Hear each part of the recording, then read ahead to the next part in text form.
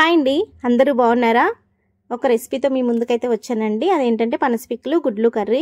పనసపిక్కలు ఇప్పుడు మనకి seasonal fruit కనుక చక్కగా తొనలైతే తెచ్చుకుంటాము. పిక్కలు బాయిల్ చేసి కానీ ఇలా కర్రీస్ కానీ పెడితే హెల్త్కి మంచిది. సీజనల్ ఫ్రూట్ ప్రతిదీ తినాలండి. అండ్ పనసపిక్కలు మనకి ఇప్పుడు ఈ సీజన్లోనే కదా వస్తాయి. చక్కగా ఇలా కర్రీస్ అవి చేసుకుంటే బాగుంటుంది. కర్రీ ఎలా చేయాలో చూద్దాం. పనసపిక్కలు నేను ముందుగా ఎండలో అయితే పెట్టుకున్నానండి. ఎండలో పెట్టుకోవడం వల్ల తొక్క అనేది చాలా ఈజీగా వచ్చేస్తుంది. చక్కగా మనకి ఇబ్బంది ఉండదు తొక్క తీయడంలోని. తర్వాత కొన్ని అయితే ఇలా బాయిల్ చేస్తున్నాను, మీకు రెండు విధాలుగా కూడా చూపిస్తున్నాను. మనం కర్రీకి ఎన్ని అయితే తీసుకుంటామో అన్ని పిక్కలు కుక్కర్లో వేసుకొని వాటర్ వేసుకొని ఒక 4 నుంచి 5 విజిల్ కొట్టినట్టయితే పనస పిక్కలు చక్కగా ఉడికిపోతాయి. చల్లారిపోయాక ఇలా తొక్కలు అయితే తీసుకోవచ్చు. మనం రెండు విధాలుగా కూడా తీసుకోవచ్చు. మనం ఎండలో పెట్టుకొని స్టోర్ చేసుకోవడం వల్ల పిక్కలు అనేవి పాడవకుండా ఉంటాయి. అందువల్ల ఎండలో పెట్టుకొని చక్కగా ఫ్రిడ్జ్లో స్టోర్ చేసుకున్నట్లయితే పిక్కలు తొందరగా పాడవు. పనస పిక్కలు కొంచెం పెద్ద సైజు ఉన్న వచ్చేసరికి కట్ చేస్తానండి. చిన్న ఉన్న వరకు నార్మల్గా అలా వదిలేసాను. స్టవ్ మీద బ్యాండీ పెట్టుకొని ఒక 4 టేబుల్ స్పూన్ ఆయిల్ వేసుకోవాలి. ఆయిల్ హీట్ అయిపోయాక జీలకర్ర వేసుకోవాలి. నేను ఆవాలు అనేది యాడ్ చేయట్లేదు, ఎందుకంటే ఎగ్స్ వేస్తున్నానని చెప్పి ఆవాలు వేయట్లేదు.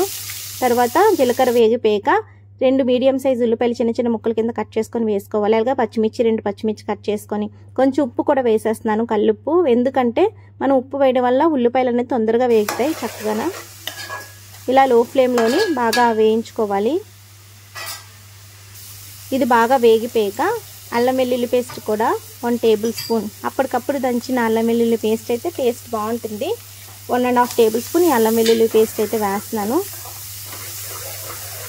చక్కగా ఇది కూడా బాగా ఫ్రై చేసుకోవాలి. ఇది బాగా ఫ్రై అయిపోయాక నేను మీడియం సైజు టొమాటో ఒక 2 టొమాటోలు అయితే మిక్సీ చేసుకొని ఇలా ప్యూరీలో చేసుకొని వేస్తున్నాను. ఇది కూడా లో ఫ్లేమ్లోని బాగా వేయించుకోవాలి. చాలా తొందరగానే అయిపోతుందండి కర్రీ కూడా. చక్కగా ఎగ్స్ బాయిల్ చేస్తాం, అలాగే పనసపిక్కలు కూడా మనం బాయిల్ చేసి ఆల్రెడీ పెట్టుకున్నాం కదా, అందువల్ల కర్రీ కూడా చాలా తొందరగానే అయిపోతుంది. చక్కగా ఇది బాగా వేగిపోయాక పచ్చివాసన పోయాక మనం ఈ విధంగా వేపుకోవాలండి. బాగా వేగిపోయాక ఇప్పుడు కారం అన్నది వేసుకోవాలి. మీకు స్పైసీని తగ్గట్టు కారం అయితే వేసుకోవాలండి. మీరు ఎంతైతే తింటారో అంత కారం అయితే వేసుకోవాలి. నేను ఇక్కడ 1.5 టేబుల్ స్పూన్ కారం అయితే వేస్తున్నాను. ఈ కారం వేసాక కొంచెం వేయించుకొని మనం ముందుగా బాయిల్ చేసుకొని తొక్కలు తీసుకున్నాం కదా పనసపిక్కలు, అవి కూడా యాడ్ చేసుకోవాలి. మీరు కావాలంటే ఇంకా చిన్న చిన్న ముక్కల కింద కట్ చేసుకొని కూడా ఇలా పనసపిక్కలు అయితే వేసుకోవచ్చు. పనసపిక్కలు వేసాక ఒక 5 మినిట్స్ ఇలా ఫ్రై చేసుకోవాలి. చక్కగా ఉప్పు కారం అంతా కూడా ఈ పనసపిక్కలకి అన్నది బాగా పడుతుంది.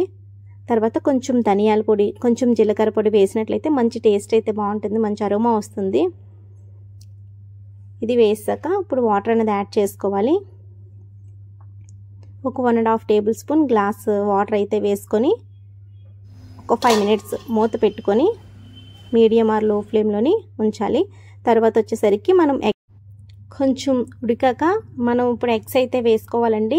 ఆల్రెడీ బాయిల్ చేసుకొని ఇలా ఘాట్లు అయితే పెట్టుకొని ఎగ్స్ అయితే వేస్తున్నాను. కావాలంటే వేయించి కూడా ఎగ్స్ వేసుకోవచ్చు. ఇలా ఘాట్లు పెట్టి వేయించడం వల్ల ఏంటంటే మనకి చక్కగా గ్రేవీ అది ఎగ్స్ బాగా పడుతుంది. ఎన్ని కావాలో ఎగ్స్ అన్ని బాయిల్ చేసుకున్న ఇలా వేసుకున్నట్లయితే గ్రేవీలోని ఒక మీడియం ఫ్లేమ్లో పెట్టేసినట్లయితే మంటని చక్కగా మనకి గ్రేవీ అనేది బాగా దగ్గరికి అయిపోతుంది. లాస్ట్లోని కొత్తిమీర వేసుకొని స్టవ్ ఆఫ్ చేసుకున్నట్లయితే మనకి పనసపిక్కలు గుడ్లు కర్రీ అయితే రెడీ అయిపోయినట్లేనండి. టేస్ట్ అయితే చాలా బాగుంది. ఇది మనకి చపాతీలో కూడా చాలా బాగుంటుంది, రైస్లో బాగుంటుంది. తప్పకుండా ట్రై చేయండి. మీరు ఎవరైనా ట్రై చేస్తుంటే నా కమెంట్ సెక్షన్లో తప్పకుండా కమెంట్ చేయండి. అలాగే ఇంకా పనసపిక్కలతో ఇంకా ఏం రెసిపీస్ చేయాలో నాకు షేర్ చేయండి. అండ్ ఈ వీడియో నచ్చితే ప్లీజ్ లైక్ చేసి మీ ఫ్రెండ్స్ అండ్ ఫ్యామిలీ మెంబర్తో షేర్ చేయండి. థ్యాంక్స్.